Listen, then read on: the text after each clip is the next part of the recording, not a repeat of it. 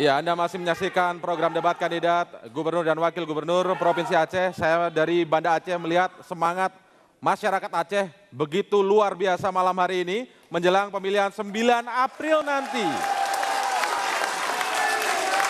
Tapi untuk mengetahui calon mana yang paling layak, tadi sudah ada 2 panelis yang bertanya. Kini kami persilakan kepada panelis ketiga, Bapak Syahrial Abbas, untuk memberikan pertanyaan yang nanti juga akan dijawab oleh seluruh kandidat malam hari ini. Assalamualaikum warahmatullahi wabarakatuh.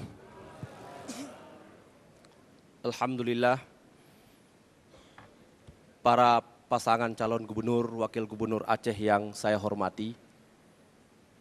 Kalau tadi Bang Fakhri cerita perdamaian, Pak Renal Kasali cerita bagaimana membangun ekonomi, terus saya akan menyoroti bagaimana mengisi perdamaian itu dalam bingkai syariat Islam.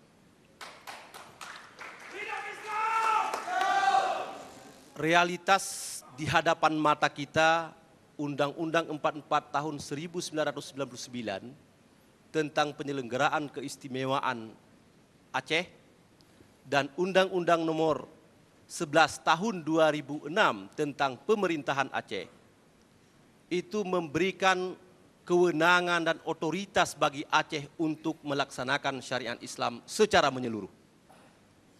Artinya, tidak ada satu aspek pun dalam kehidupan masyarakat Aceh yang tidak dibingkai dengan syariat Islam. Ini satu ide normatif sebetulnya. Tapi dalam tatanan implementasi itu mengalami problema yang luar biasa besar. Dan tentu ini menjadi tugas kalau Bapak Ibu nanti terpilih sebagai gubernur atau wakil gubernur yang akan datang. Banyak problem. Pertama, syariat Islam ini berada dalam struktur politik dan hukum di Indonesia. Yang kedua, syariat Islam ini memiliki karakteristik dari materi yang ada di dalam ajaran agama pindah menjadi hukum positif misalnya. Dan yang ketiga juga punya problematika ketika implementasi pelaksanaan di lapangan. Problema ini yang kita rasakan selama ini. Tapi dalam sejarah, pelaksanaan syariat Islam dalam konteks kenegaraan itu berhasil. Terutama pada era Sultan Iskandar Muda. Baik.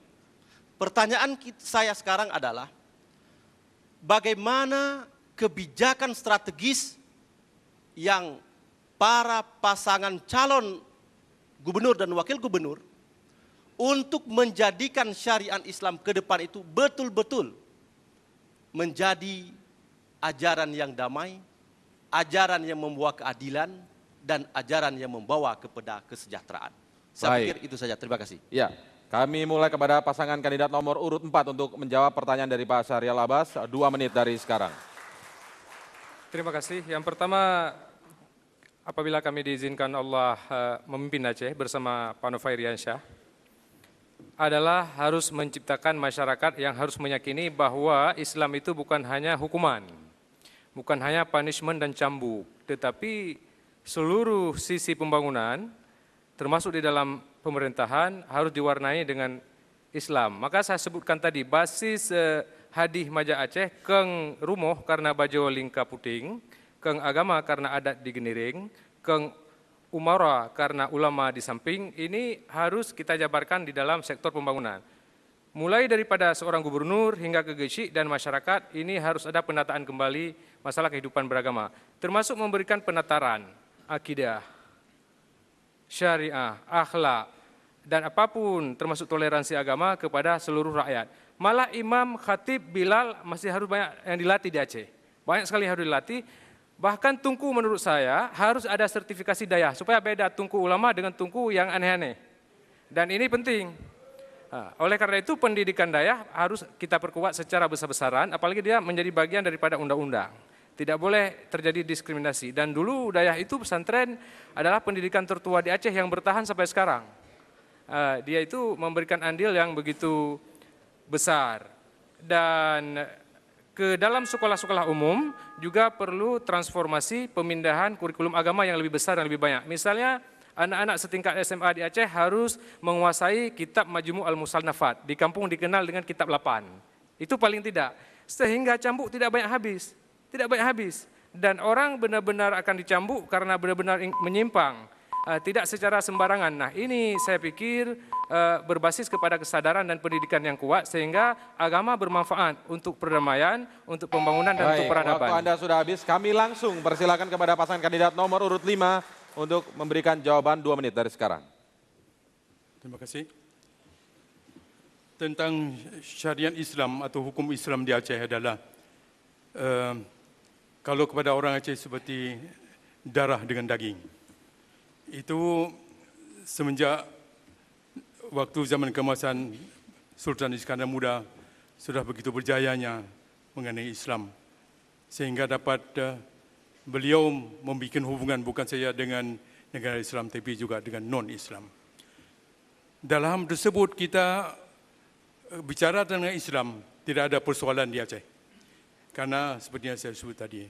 Tapi janganlah kita membuat ini seperti sebahagian-sebahagian. Misalnya syariat Islam mengenai cambuk-cambuk dan sebagainya. Di lain tempat kita lihat masih ada merajalela korupsi dan sebagainya. Jadi apakah itu bukan hukum Islam? Jadi kalau kita bicara tentang Islam, bicaralah supaya Islam itu secara kafah, secara menyeluruh. Jadi dalam hal tersebut bisa saya bayangkan atau saya berikan contoh sebenarnya. Dalam hal ini seperti seorang dokter mengobati penyakit dan mencegah penyakit. Dalam hal tersebut, kalau penyakit ini hanya diobati, akan datang lagi penyakit yang sama atau yang lain lagi. Sementara pencegahan yang diutamakan kepada pencegahan supaya penyakit tidak datang. Jadi dalam hal tersebut, tanpa pendidikan agama yang membuat akidah yang betul, ini akan tidak berubah. Jadi dengan demikian itu akan serta-merta satu sama lain itu bersamaan. Dalam program kami nanti insyaAllah, kami akan membuat suatu kelompok misalnya itu tentang agama. Karena kita kembali kepada adab perbuatan hukum bahasa kuala. Jadi hukum itulah yang dibikin oleh atau yang dimanfaatkan oleh ulama-ulama. Jadi mufti-mufti, seluruh mufti nanti akan bersatu. Baik, waktu Anda sudah habis. Kami persilakan kepada pasangan kandidat nomor urut 1 untuk memberikan jawaban 2 menit dari sekarang. Kalau kita lihat di Undang-Undang PA, Undang-Undang nomor 11 tahun 2006, ada 5 hal pokok yang sangat prinsip dalam pembangunan agama di Aceh. Tapi kami mencoba mengambil 3 hal dalam rangka pelaksanaan syariah Islam supaya terjadi pelaksanaan kafah. Pertama adalah peran ulama dalam penetapan kebijakan Aceh. Jadi kita ingin melibatkan ulama ini nanti benar-benar berperan pada saat pembangunan ke depan di Aceh. Yang kedua, penyelenggaraan pendidikan yang berkualitas dengan menambah materi muatan lokal sesuai dengan syariat Islam. Karena di pendidikan ini sangat penting, yaitu dari sejak masa kanak-kanak. Jadi kita sudah masukkan ilmu-ilmu tentang syariat Islam ini. Sehingga pada saat dewasa dia otomatis akan mendalami dan memahami secara betul-betul. Kemudian yang ketiga, penyelenggaraan kehidupan adat yang bersendikan agama Islam. Jadi adat pun harus kita sesuaikan, harus bersendikan syariat Islam. Jadi sehingga seluruh kehidupan masyarakat di Aceh ini nanti akan berorientasi dan mendalami serta bertumpu kepada pelaksanaan syariat Islam itu. Inilah yang kita harapkan ke depan sehingga syariat Islam berlaku secara kafah di Aceh ini. Sekian. Terima kasih. Ya, masih ada 23 detik lagi. Ada yang ingin tambahkan? Nyolun begahabang bahasa Aceh mentong. Karena Aceh otonomi khusus yang diperluas. Bahasa Aceh PKJ ada begahabang. Jadi untuk Baik. Waktu Anda habis. Kami persilakan langsung kepada pasangan kandidat nomor urut 2 untuk menjawab 2 menit dari sekarang. Baiklah, dalam penerapan syariat Islam di Aceh, ada beberapa hal yang perlu dipikirkan. Yang pertama, existing bylaw. Adanya kanun, 3 kanun syariat di Aceh ini sekarang, kanun jinayah, kanun khamar, kanun maisir, dan kanun khalwat. Nah, ketiga kanun ini ternyata dalam pelaksanaannya di Aceh mengalami kendala, terutama tentang kanun maisir dan kanun khamar, di mana orang yang ditangkap harus dilepaskan lalu diadili dan tidak bisa ditangkap untuk dihukum. Nah, untuk ini diperlukan sebuah kanun tata acara yang sampai sekarang belum selesai. Nah, dan ini yang mendesak untuk waktu singkat. Ya. Yang kedua, Aceh ini tidak hanya berbicara hukum dengan pengertian sempit, hukum cambuk, hukum potong tangan, malah yang lebih ekstrim hukum rajam. Tetapi perlu juga kita memikirkan bagaimana nilai-nilai Islam itu ada di dada dan di kepala semua orang Aceh. Nah itu butuh pendidikan. Lalu kalau pada akhirnya kita memutuskan menjalankan syariat Islam dan hukum-hukum Islam secara paripurna, termasuk hukum qisas, hukum hudud, maka kita perlu lebih dahulu mempersiapkan rakyat Aceh agar tahu di mana yang mana salah dan yang mana benar. Kemudian menyiapkan aparatnya dan kemudian menyiapkan sistemnya atau hukumnya. Baik, waktu Anda habis. Kami persilakan kepada pasangan kandidat nomor urut 3 untuk menjawab pertanyaan yang sama. 2 menit dari sekarang, kami persilakan. Terima kasih. Berkenaan dengan isu yang sedang kita bicarakan, masalah penerapan syariat Islam di Aceh. Tentunya kita barangkali perlu melakukan pendekatan yang namanya comparative approach. Itu di Minangkabau tidak punya semacam kanun, cuma mereka bisa dilaksanakan karena melibatkan adat dan ada sanksi adat. Sampai mereka ya begitulah jalannya. Kedua, kita lihat di Malaysia, yang penting kejelasan. Kejelasan maksudnya itu yang dilakukan benar-benar itu ya dapat kena kepada sasarannya. Juga saya lihat sebagai kajian saya di Sudan begitu juga, Malaysia, Sudan begitu. Jadi yang menjadi kita lakukan adalah pertama melakukan sosialisasi apa itu syariat Islam. Yang kedua dengan pertanyaan karena kami pendidikan. Yang kedua adanya suri teladan dari pimpinan. Kenapa di Aceh dulu hebat? Karena ada Sultan Iskandar Muda. Dan kenapa juga di Kerajaan Mataram itu ada Sultan Agung. Jadi bukan halnya itu. Suri teladan, punya mati untuk pok jerat, mati adat, hana untuk 4 mita. Itu adat dengan itu, adat bersendiri syarak, syarak bersendiri kitabullah. Itu selanjutnya juga, itu masalah pengkaderan. Itu pesantren sekarang, madrasah, pesantren itu alhamdulillah ada pusat pengkaderan pengawalan itu. Selanjutnya inilah yang barangkali dapat saya sampaikan, perlu ditambah. Ya, dapat kami tambahkan atas dasar pemahaman yang seperti itulah mengapa pasangan nomor 3 cagupnya memahami pemerintahan umum dan pengetahuan umum, calon wakilnya bidang agama syariat Islam. Insya Allah rakyat Aceh akan memberi dukungan begitu ya kami yakin. Terima kasih. Baik, kalau begitu kita berikan aplaus untuk seluruh kandidat yang telah menjawab. Kita ingin melihat semangat rakyat Aceh. Tetapi sesaat lagi setelah jeda kita akan memasuki segmen debat antar kandidat. Para kandidat akan saling berdebat dengan kandidat yang lainnya. Oleh karena itu sebelum kita break kita akan undi terlebih dahulu kandidat mana akan berdebat dengan kandidat mana. Kami persilakan kepada produser kami.